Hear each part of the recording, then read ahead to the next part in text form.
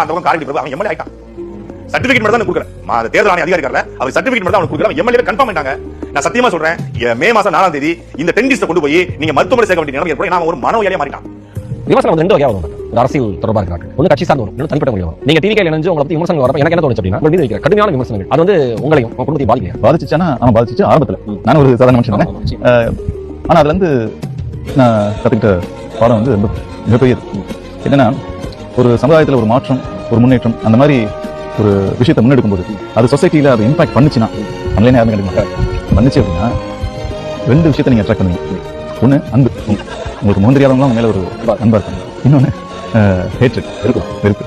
அது வந்து அதுவுமே இதுக்காக பண்றாங்க அவங்களுக்கே தெரியாது. அந்த மாதிரி சில காரணங்களுக்காக பண்ணுவாங்க. இது உனக்கு கிடைக்கணும்னா you have to pay price அப்படிங்கறத நான் கஷ்டப்பட்டு கத்துக்கிட்டேன்.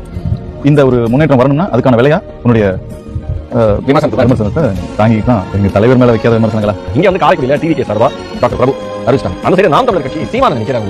எப்படி இருக்கு? சந்தோஷமா இருந்துச்சு. என்ன எப்படி சொல்றீங்க? இல்ல, எங்க ஊரை தேர்ந்தெடுத்து வந்ததுக்கு என்னுடைய வாழ்க்கை. ஒரு பக்கம்